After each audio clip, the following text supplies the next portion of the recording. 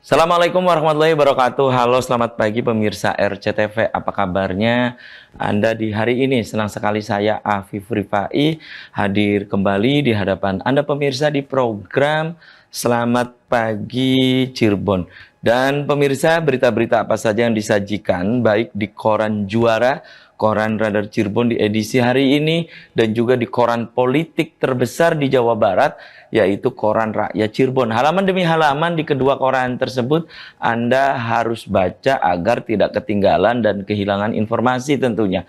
Informasi dari sekeliling Anda, Ciayu, Majakuning, Jawa Barat, nasional, bahkan internasional, semua juga disajikan secara lengkap dan menarik. Jemari Anda cukup mengklik Radar Cirebon Online atau radarcirebon.com. Pemirsa, di edisi pagi hari ini yang nanti kita akan diskusikan tentang keunggulan pendidikan kesetaraan atau PKBM pemirsa. Nah, bagaimana di Kota Cirebon perkembangan tentang pendidikan kesetaraan ya. Kemudian ini pemirsa ada saya hadirkan di pagi hari ini ada salah seorang orang tua peserta didik yang memilih kupilih jalan yang berbeda ya. Dalam artian ini pemirsa untuk memilih jalur pendidikan kesetaraan atau non formal nih pemirsa. Mengapa demikian? Nanti kita akan obrolkan. Kemudian bagaimana dengan model pembelajaran dan seterusnya. Nanti juga akan saya tanyakan ke narasumber di pagi hari ini. Bagaimana pendidikan kesetaraan atau PKBM ini atau jalur non formal mungkin Anda sebut di tengah saat ini tentang riuh rendahnya tentang kurikulum merdeka misalnya. Nah, nanti kita akan obrolkan dengan sejumlah narasumber. Siapa dia pemirsa? Nanti akan saya kenalkan, dan berikut saya baca dulu berita dari halaman utama koran Radar Cirebon edisi hari ini. Ini pemirsa dari halaman utama koran Radar Cirebon hari ini. Nah, ini pemirsa ada pernyataan dari Pak Anies Baswedan ya. Pak Heru tahu persis situasi Jakarta. Senin depan sudah serah terima jabatan. Itu pemirsa ya. Berkaitan dengan akhir masa jabatan atau AMJ dari Gubernur DKI Jakarta Anies Rashid Baswedan. Kemudian lanjutkan program sumur resapan. Nah, kemudian ini pemirsa di berita lain di koran Radar Cirebon hari ini, bukti liga masih kacau. Ini pemirsa TGIPF soroti saling lempar tanggung jawab. Kemudian Dawet Nawi, itu catatan dari Pak Dahlan Iskan di koran Radar Cirebon hari ini. Kemudian rekreasi odong-odong perlahan diasingkan dari hiruk pikuk jalanan Kota Cirebon, kecuali di lingkungan perumahan dan objek wisata. Itu pemirsa dari halaman utama koran Radar Cirebon hari ini ya. Di koran Radar Cirebon hari ini. Kemudian berikutnya dari halaman Metropolis Kota Cirebon nih pemirsa. Adendum tidak bisa tahun ini, tambah 350 juta untuk Taman BAT dan replika pedati gede. Itu pemirsa. Kemudian Polres Cirebon Kota siap antisipasi bencana alam. Ya, dari sampah punya nilai jual. Itu dari Kota Cirebon di halaman Metropolis. Kemudian dari halaman Kabupaten Cirebonnya nih pemirsa. Pelayanan publik bisa terganggu. Pengamat nilai mutasi dan rotasi dapat digelar minus jabatan Disduk Capil ya. Kemudian juga BPBD sudah petakan daerah rawan banjir, siaga bencana untuk musim hujan. Itu dari halaman Kabupaten Cirebon. Berikutnya ini pemirsa dari halaman utama koran politik terbesar di Jawa Barat, yaitu koran Rakyat Cirebon. Sekda segera panggil DPUTR. Belum terima laporan soal pembatalan tender. Tumpukan sampah penuhi sepadan jalan. Ya, kemudian seleksi Panwascam 2 pendaftar TMS. Itu pemirsa berita-berita yang disajikan baik di koran Radar Cirebon dan koran Rakyat Cirebon edisi hari ini. Dan untuk Anda yang ingin berlangganan kedua koran tersebut, Anda bisa datang langsung ke Geraha Pena Radar Cirebon di Jalan Perjuangan nomor 9 Kota Cirebon. Dan pemirsa di sebelah saya ini ada, tentu Anda di rumah sudah tidak asing lagi, terutama Anda publik di Kota Cirebon nih pemirsa. Aktif di berbagai organisasi sosial. Kemudian saat ini juga sebagai Ketua Komisi 3 DPRD Kota Cirebon. Ya, Wakil Ketua Komisi 3 ya DPRD Kota Cirebon. Dan saat ini juga pegiat pendidikan kesetaraan. Ada Dr. Tresnawati SPB. Selamat pagi, Bu Dokter. Assalamualaikum. Waalaikumsalam. Apa kabarnya nih? Baik. Ini 4 bulan ya, tidak pernah ketemu nih ya. Oke, terima kasih nih Bu Dokter sudah menyempatkan hadir di Selamat Pagi Cirebon. Di sebelah Bu Dokter, ini pemirsa ada salah satu penilik ahli muda Dinas Pendidikan Kota Cirebon, ada Ibu Lisyanti SIP MPD. Selamat pagi Bu Lis. Assalamualaikum. Waalaikumsalam. Apa kabarnya Bu Lis? Alhamdulillah sehat. Oke, terima kasih juga nih Ibu Lis dan juga Bu Dokter sudah menyempatkan hadir di Selamat Pagi Cirebon. Saya ke Ibu Lis, langsung ke Ibu Lis ya. Ini berkaitan dengan pendidikan kesetaraan atau PKBM di Kota Cirebon. Anda sebagai penilik ahli muda dari Dinas Pendidikan Kota Cirebon, seperti apa sih perkembangan di kota saat ini? Untuk di Kota Cirebon sebenarnya akses pendidikan kesetaraan sudah sangat banyak. Dari 5 wilayah kecamatan kita sudah ada 21 PKBM negeri dan 19-nya PKBM swasta yang memang dikelola oleh masyarakat. Jadi untuk mengakses pendidikan kesetaraan di Kota Cirebon sudah sangat mudah sekali itu Pak. Nah, pendidikan kesetaraan itu sebenarnya salah satu jalur Pak. Salah satu jalur pendidikan yang ada di sistem pendidikan nasional. Kan ada 3 ya Pak ya, pendidikan formal, non formal, dan informal. Kesetaraan ini ada di jalur pendidikan non formal. Betul. Ini fungsi pendidikan kesetaraan itu atau fungsi pendidikan non formal itu bisa sebagai pengganti bahkan pilihan seperti yang dilakukan oleh putra putrinya Bu Dokter itu kan sebagai pilihan gitu Pak. Kenapa sih pendidikan non formal itu menjadi unik dan menarik? Karena tadi lebih fleksibel Pak.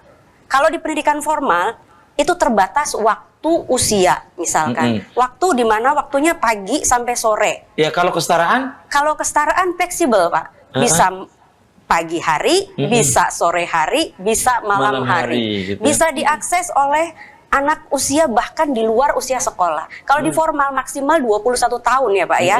Kalau di formal. Kalau kami di pendidikan kesetaraan ada yang usianya bahkan 60 tahun Pak baru ikut program paket A. Iya, kesetaraan. Kesetaraan kan kalau di formal ada SD, ada SMP, ada SMA. Kalau di pendidikan kesetaraan ada 3 juga. Paket A setara SD, paket B setara SMP, paket C setara SMA. Seperti itu. Nah, lebih fleksibelnya lagi bahwa pendidikan kesetaraan itu model pembelajarannya tidak monoton, tidak satu Pak. Kalau di pendidikan formal itu kita harus wajib tatap muka. Namun kalau di pendidikan kesetaraan kita mengenal 3 model Pak. Berdasarkan modelnya apa itu? Modelnya itu ada model pembelajaran tatap muka, ada pembelajaran tutorial. Seperti formal ya? Iya, kalau tatap muka ini seperti formal.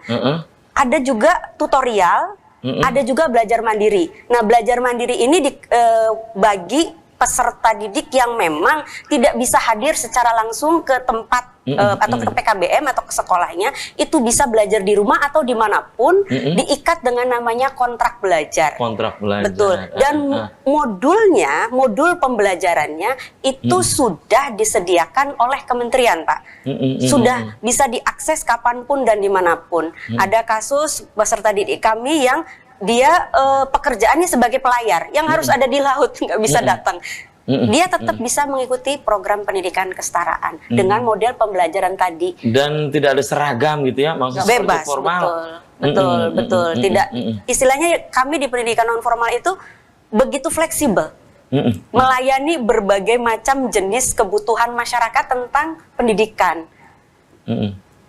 Dan tentunya nih, Bu Lis ya, bahwa pendidikan kesetaraan atau PKBM ini di Kota Cirebon sebagai indikatornya ini banyak diminati, yaitu tadi jumlahnya juga cukup banyak juga, ada 20 ya? Ada 20 satuan pendidikan, betul. Dan salah satu PKBM kami Sunan Gunung Jati bahkan peserta didiknya 1.000 lebih Pak. Waduh, ini 1.000, artinya berarti sebenarnya ini sudah menjadi pilihan.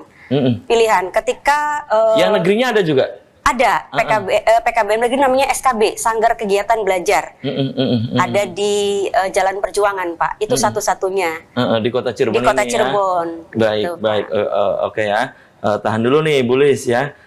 Berkaitan nanti juga akan saya tanyakan tentang perhatian dari pemerintah dan seterusnya saat ini ya. Saya ke Bu Dokter nih, yang tadi disebutkan oleh Bu Lis nih, menarik nih ya. Bu Dokter ini kenapa memilih jalan yang berbeda? Maksud saya, kenapa anak-anaknya ini lebih ke jalur pendidikan kesetaraan ya? Kenapa gitu Bu Dokter? Ya seperti yang dikatakan oleh Bu Lis, pendidikan kesetaraan ini sungguh sangat suatu pilihan cara belajar yang luar biasa, apa ya, asik atau apa, pokoknya luar biasa bagus. Fleksibel katanya. Bagus, jadi kalau fleksibel itu hanya salah satu dari semua keunggulan. Tapi PKBM ini akan bisa mengakomodir semua kebutuhan. Semua Kenapa kebutuhan. alasan Bu Dokter nih ya memilih anaknya itu semua ke pendidikan, PKBM ya. ke PKBM lah, pendidikan Iya. kesetaraan. Kenapa? Apa argumennya? Nih, kalau itu agak pribadi nih, tapi nggak apa-apa, saya sharing di sini sebentar ya. Dipersingkat, kalau cerita sih panjang. Jadi kan kalau menurut saya anak-anak itu setelah lulus pendidikan SMA ya, sekolah menengah atas itu dia harus jadi apa nih? Setelah lulus 17 tahun mau kemana nih? Mau sekolah, mau kuliah atau mau apa? Gitu. Menurut saya, kedua anak saya pada saat mereka lulus pendidikan menengah atas, mereka harus udah siap kemana aja. Gitu. Baik sekolah, melanjutkan akademiknya, atau dia yang lainnya, punya keterampilan yang mumpuni. Gitu. Jadi, tidak akan bisa dicapai dengan waktu hanya 6 tahun. Kalau kita ingin mengisi anak-anak kita full. Gitu, fokus pada apa yang kita tuju. Kalau mohon maaf, saya tidak menjelekkan formal Bu ya, karena formal juga punya kelebihan banyak gitu. Hanya kalau saya ada plus minusnya lah ya. Kalau saya lihat bahwa pendidikan formal itu waktunya dari pagi sampai sore, waktunya pagi sampai sore terbatas. Nah, saya ingin mengisi anak-anak saya bukan sekedar akademis, gitu. Kan kalau formal kan full hanya akademis nih, lulus SMA ya harus kuliah.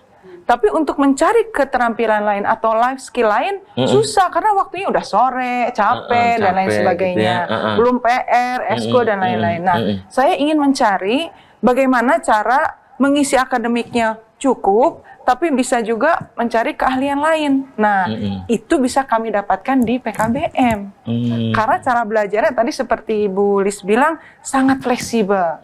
Sehingga dalam waktu 6 tahun ini saya sudah bisa membayangkan anak saya lulus SMA tuh dia bisa jadi ini, dia bisa sekarang jadi kelas ini. Berapa gitu Bu Dokter? Jadi setara paket C. Paket C SMA berarti ya? SMA kelas 3 kalau di formal. Tapi dia bisa menjadi atlet, dia punya skill menggambar, dia punya skill olahraga lain, dia sudah banyak sekali. Bahkan sekarang dia sudah mulai punya penghasilan sendiri, gitu. Karena kan pekerjaan sekarang udah banyak yang online Bu ya, banyak online gitu. Tenaga ahli seperti tenaga skill dia tuh udah bisa diminta oleh orang banyak gitu.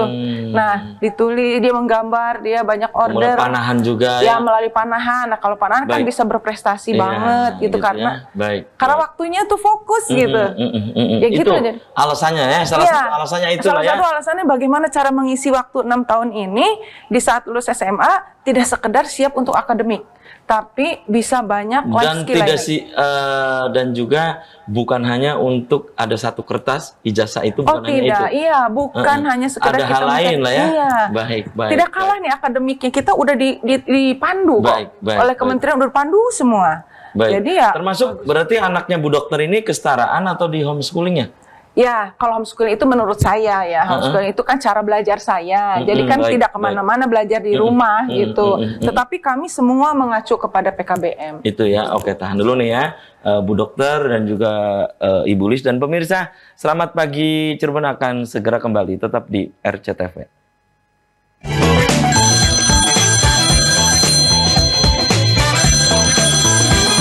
Ya, Anda masih di Selamat Pagi Cirebon pemirsa. Segmen ini saya sudah membuka Anda. Silakan Anda yang ingin bergabung, saya persilakan untuk di line telepon interaktif 0231 48 2138. Atau pemirsa bisa untuk memberikan pendapat Anda, opini Anda melalui chat ya, melalui chatting ke nomor WhatsApp yang ada di layar kaca RCTV. Dan mohon untuk pemirsa yang ingin berinteraktif langsung, mohon untuk interaktifnya jangan ke nomor WhatsApp ya.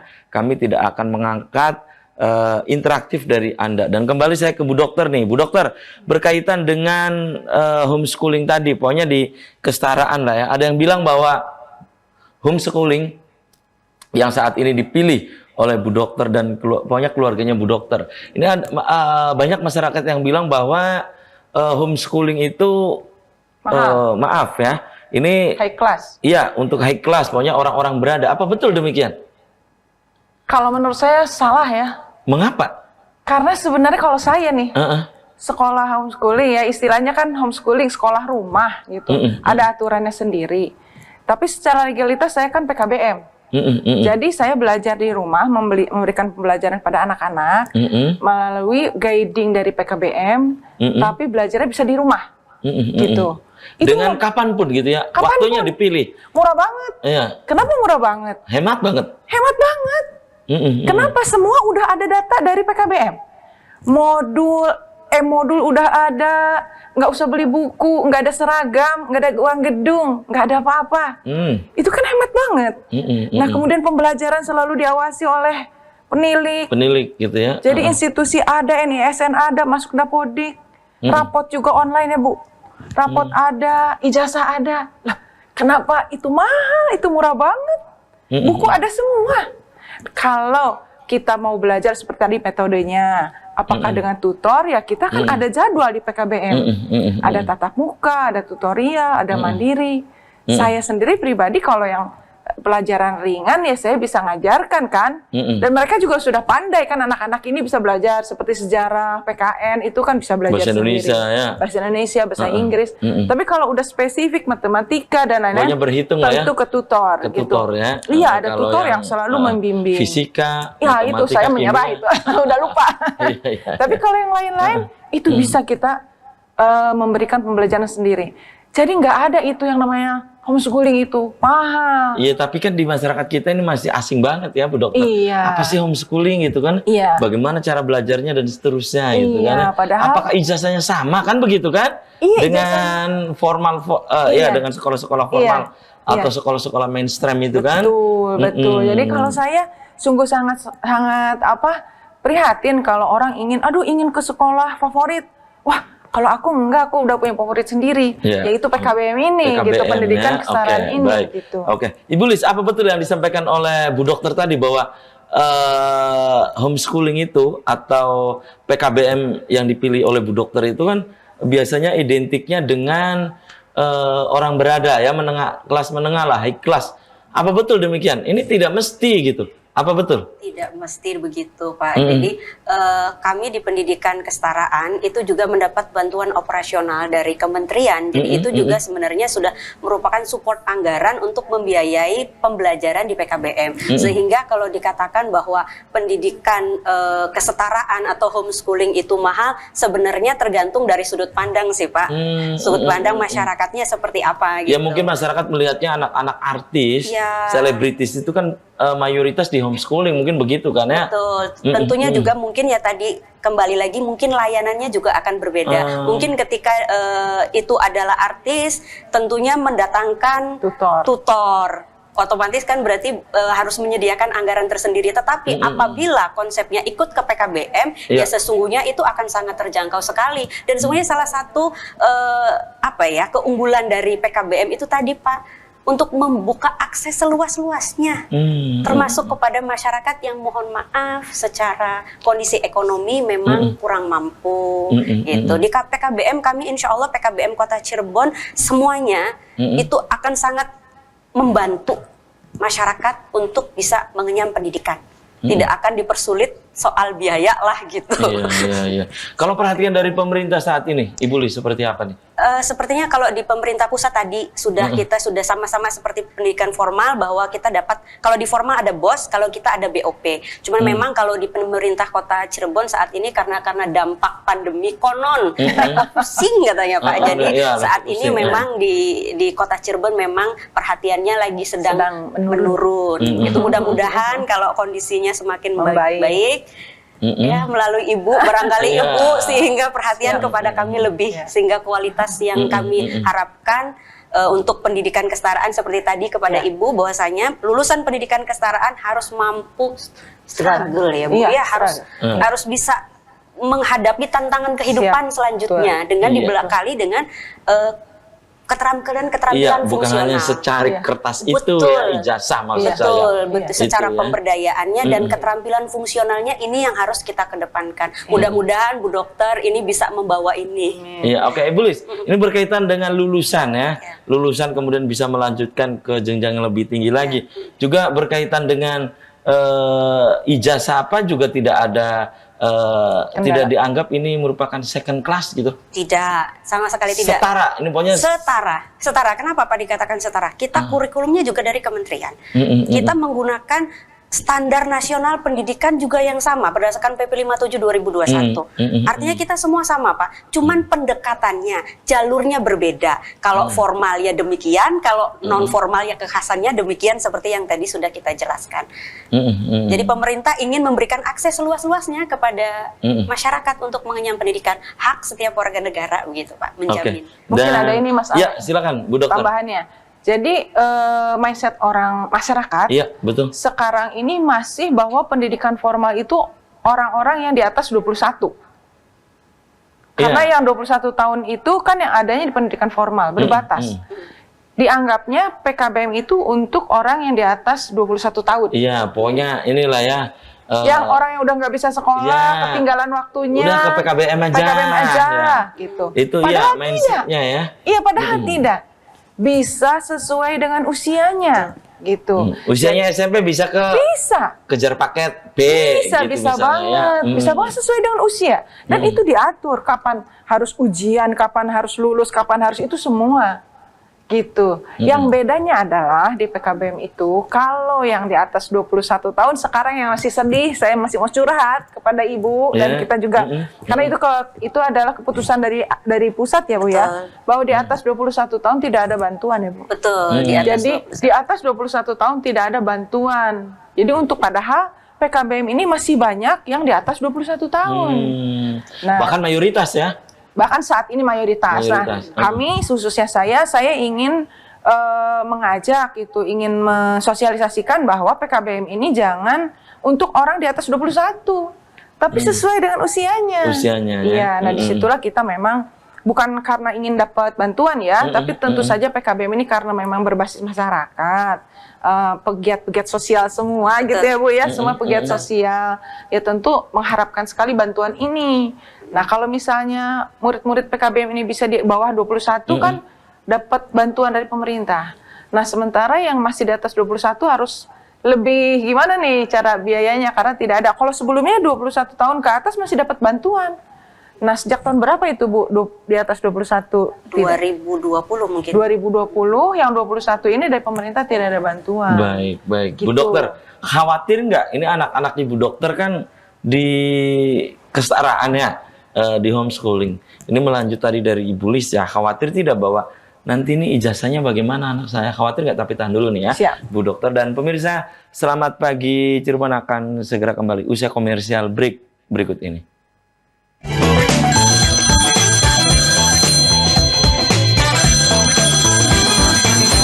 Ya, selamat pagi Cirebon masih di hadapan Anda pemirsa. Dan saya kembali ke Bu Dokter ya. Pertanyaan saya tadi terputus jeda iklan. Apa tidak khawatir ini anak-anaknya ketika ingin melanjutkan ke jenjang yang lebih tinggi lagi, kemudian kok dari homeschooling sih, kok dari kesetaraan? Karena masyarakat masih menganggap stigmanya begitu gitu Bu Dokter ya. Ini pendidikan yang boleh dianggap, maaf ya, ini kelas 2 gitu. Iya, second class gitu. Silakan Bu Dokter. Apa tidak khawatir Bu Dokter? Sama sekali tidak khawatir. Kenapa? Karena semua sistem sudah memberikan kesempatan kepada PKBM ini. Ijazah dari kesetaraannya sudah menyiapkannya gitu. Sekolah universitas ternama baik swasta maupun negeri sudah mempersilahkan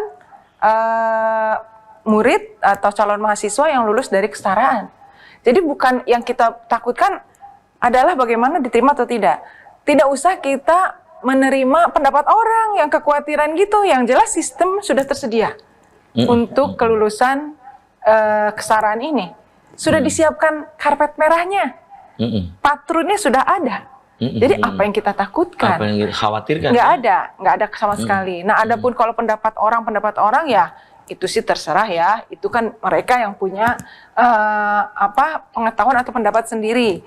Tetapi karena mereka juga belum tahu. Kalau mereka tahu, mungkin milihnya PKBM. Itu ya. Saya kembali ke Bu Lis. Ini model pembelajaran saat ini ya. Bagaimana nih PKBM atau kesetaraan ini di tengah saat ini ada kurikulum baru yang disebut dengan kurikulum merdeka. Ibu Lis.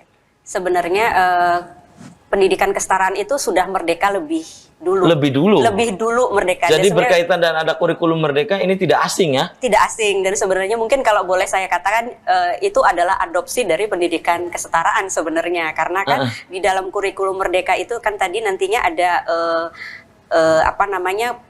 P5, ya. Penguatan Project Pelajar Pancasila.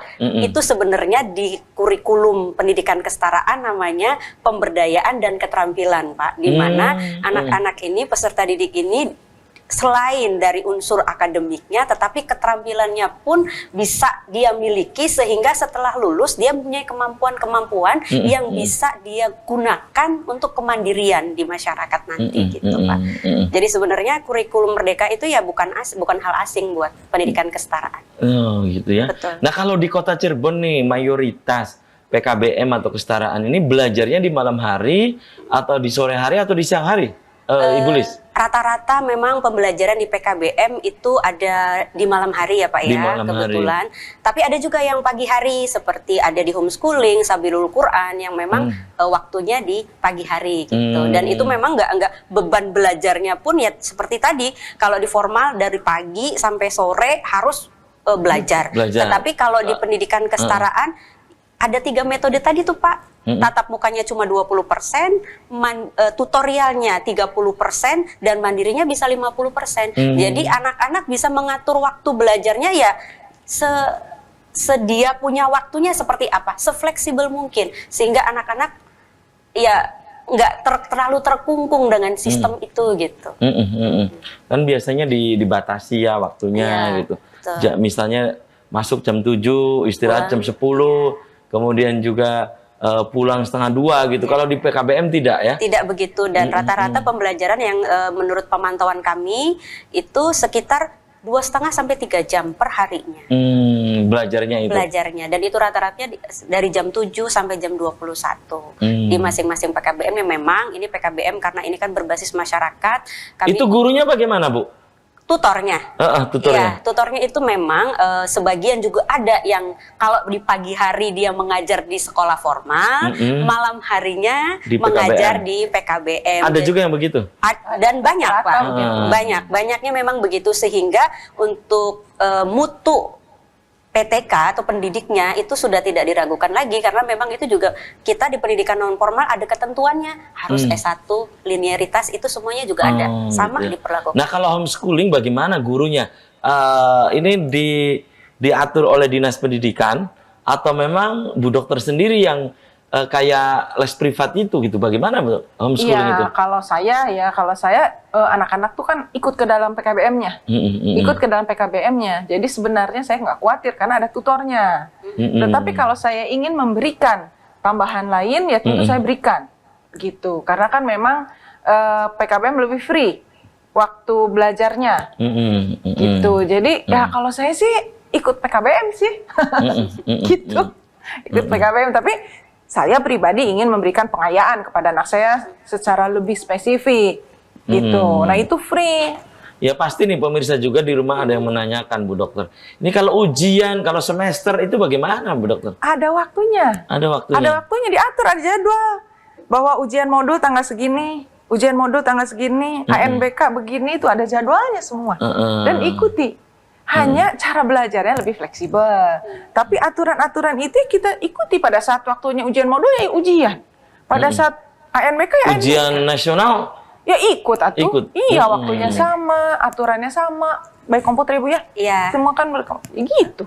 Semuanya. Gurunya datang langsung. Diawasi sama beliau duduk nungguin. Duduk di gitu, di iya. rumah. Ya di PKBM. Iya, Karena di kita kan PKBM. berbasisnya kan PKBM. PKBM. Jadi pada saat waktunya ujian ya penilik akan memantau. Ini ujian nih bener enggak. Sama seperti ujian yang dilakukan di sekolah-sekolah formal Iya, itu ya. Betul, gitu. Jadi gitu. ada penilik tuh semua. Cuma yang membedakan adalah seragam gitu ya. Tuh, jadi kan nggak perlu waktu, seragam, gedung kan nggak perlu ya yang kayak gitu-gitu teh. Ya. Bebas. Iya, kalau di PKBM mungkin lebih fleksibelnya itu ya. Menambahkan Lebih bebas. sedikit. Ya, silakan. Boleh. Tadi dikatakan oleh Bu Dokter bahwa kita ada ujian modul. Bapak menanyakan tadi terkait dengan UTS, ada UAS. Sebenarnya kalau di pendidikan kesetaraan tidak mengenal UTS dan UAS. Karena kami di pendidikan kesetaraan adanya modul. Satu modul itu harus diselesaikan selama 6 minggu. Jadi setiap 6 minggu maka peserta didik akan melakukan yang namanya ujian modul. Terakhir nanti di tingkat akhir itu ada namanya ujian pendidikan kesetaraan. Ini yang dilakukan oleh satuan pendidikan untuk sebagai salah satu syarat kelulusan. Itu gitu setelah lulus. Namanya ujian modul. Ujian modul. Jadi untuk satu tahun itu sekitar 5 modul yang harus diselesaikan, 5 sampai 6 modul. Jadi untuk satu misalkan paket C itu 15 modul harus diselesaikan. Kalau sudah selesai 15 modul itu nanti berarti di akhir ada ujian pendidikan kesetaraan. Nanti di tengah-tengah tahun di kelas tengah itu ada yang namanya ANBK, Pak. Ujian Asesmen nasional berbasis komputer. Tapi memang ini tidak menentukan kelulusan peserta didik, tapi lebih kepada menilai satuan pendidikannya, bagaimana kemampuan numerasinya, bagaimana kemampuan literasinya, bagaimana karakternya, bagaimana lingkungan belajarnya. Jadi ini memang dipantau langsung oleh kementerian, jangan khawatir karena pendidikan non formal pun sudah tadi ada dapodiknya, Pak. Jadi tidak bisa serta merta misalkan ujuk-ujuk bisa langsung ujian, enggak begitu. Tetapi melalui tahap karena terpantau oleh kementerian dari mulai pertama kelas masuk dia harus ada di dapodiknya, harus memiliki NISN. Yang mengeluarkan ijazah itu harus memiliki NPSN. NPSN harus terbit ketika punya izin operasional dari Dinas Pendidikan. Ketika punya izin operasional berarti ada pengendalian mutu dari peniliknya. Artinya masyarakat nggak harus khawatir. Ini sudah ada pendidikan kesetaraan adalah satu sistem yang memang sudah disiapkan oleh negara. Tak perlu khawatir gitu kalau mau masuk ke pendidikan kesetaraan karena sertifikat ijazahnya pun yang mengeluarkan kementerian. Sama seperti pendidikan bukan PKBM-nya? Bukan PKBM, belangkonya dari kementerian, belangko sama seperti sekolah formal. Belangko ijazahnya kan dari kementerian, nanti yang menandatanganinya adalah ketua PKBM, Kepala Satuan Pendidikan. Salah satunya ya tadi harus ada akreditasinya, harus punya NPSN-nya, ada NISN-nya. Jadi aman, Pak, insya Allah. Jadi Jangan khawatir. Sama setara, dan bahkan banyak dari lulusan kami yang sudah diterima di perguruan tinggi negeri. Di Jogja sudah banyak loh, Pak. Tiap tahunnya ada di atas 20 kalau misalkan diterima di UGM, di UPI. Itu sudah menerima. Oke, Bu, kalau di Kota Cirebon sendiri, ini pendidikan kesetaraan, mereka yang sekolah ya, menempuh pendidikan di kesetaraan atau PKBM ini, kan beragam kepentingan mereka ini ya. Betul. Apa hanya untuk memenuhi kualifikasi ijazah saja, atau memang ada hal lain, seperti misalnya ingin kenaikan pangkat dan seterusnya gitu. Ada yang mayoritasnya apa gitu, Bu? Kalau dari hasil obrolan-obrolan gitu? Ya, jadi ada yang memang ingin menyesuaikan ya Pak ya, kayak misalkan dari rekan-rekan kami yang ASN atau yang pertama masuknya misalkan diri ijazahnya misalkan ijazah SMP, dia harus naik jenjang karir, dia harus SMA, maka kita pakai dengan paket C. Itu ada yang seperti itu, termasuk di TNI juga banyak, yang di kepolisian juga sudah banyak lulusan kami yang memang sudah diterima di sana dan melanjutkannya melalui jenjang pendidikan non formal. Ada pula yang memang seperti putranya Ibu itu sebagai pilihan. Seperti itu, Pak. Jadi banyak sekali mengakomodir banyak kepentingan kalau di pendidikan kesetaraan. Iya, atau PKBM ini. Iya, betul. Dan kembali ke Bu Dokter nih ya. Dan Bu Dokter ini pendidikan kesetaraan atau PKBM. Dan Bu Dokter juga di rumah punya juga PKBM ya? Iya. Nah ini bagaimana perkembangannya saat ini gitu Bu? Perkembangannya saat ini. Tapi tahan dulu ya Bu ya. Yap. Oke, dan pemirsa, selamat pagi Cirebon akan segera kembali usai pariwara berikut ini.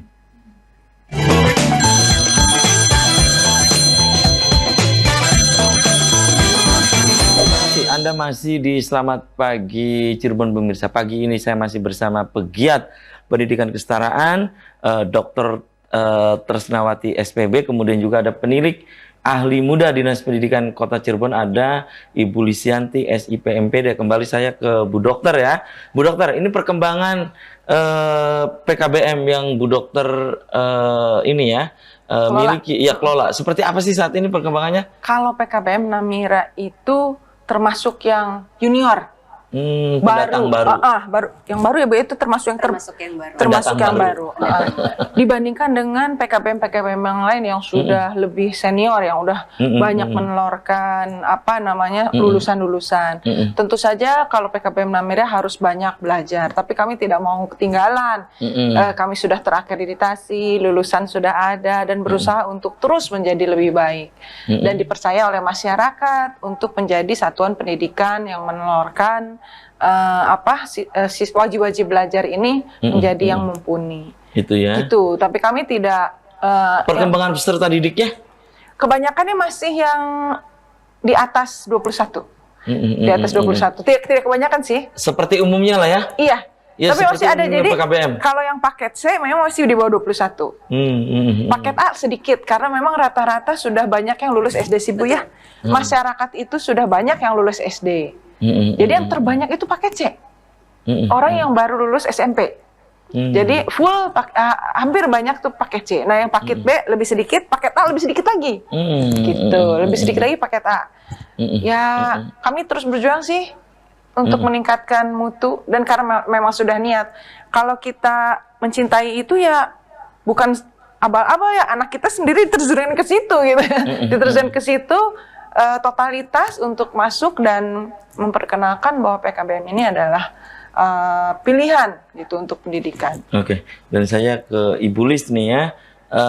Ibu Lis, ke depan mungkin ya PKBM di kota atau pendidikan kesetaraan mungkin ini akan lebih banyak lagi ya, lebih semarak lagi karena ini sudah 20 ya, udah 19 ya, ditambah 1 PKBM negeri ya.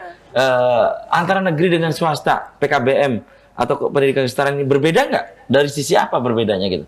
Hanya dari status aja. Jadi sehingga kalau misalkan dari PKBM negeri itu penyelenggaranya adalah pemerintah, tetapi ketika itu PKBM itu adalah penyelenggaranya masyarakat. Gitu, dari masyarakat. Bedanya itu saja. Bedanya, yang lainnya sama persis. Oh, yang lainnya model pembelajarannya sama gitu persis. Ya. Jadi hanya ini penyelenggaranya saja. Kalau SKB itu didirikan oleh SK-nya itu oleh pemerintah daerah, kalau PKBM itu oleh masyarakat, oleh yayasan gitu. Tapi memang tetap harus melalui proses perizinan dari Dinas Pendidikan. Dinas Pendidikan. Betul, seperti gitu ya. itu, Pak. Oke. Dan untuk PKBM sendiri di kota nih ya, terutama nih Bu, apa ini merata di 5 kecamatan atau memang di 5 kecamatan ini ada beberapa kecamatan yang memang PKBM-nya lebih banyak gitu? Ya.